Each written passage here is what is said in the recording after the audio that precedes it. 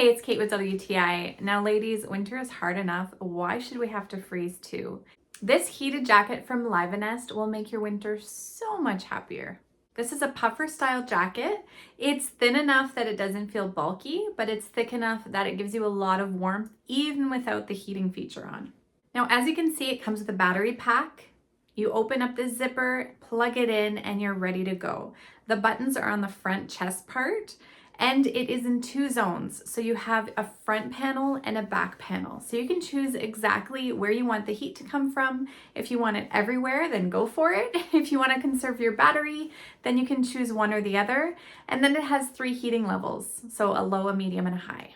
It's like walking around with a heating pad in your coat. It's really, really nice on those chilly days. Whether you're buried in snow like we are, or even if it's just a little colder in your area, you're gonna love having this when you're spending time outside. It has a hood which surrounds your entire head, so keeps you nice and warm, keeps that cold wind out. The cuffs have an elastic, so again, keeping the cold out. And it has a double zipper, so if you want a little more mobility, this is a longer jacket, so when you're sitting or getting in and out of vehicles, things like that, you may want to adjust that zipper.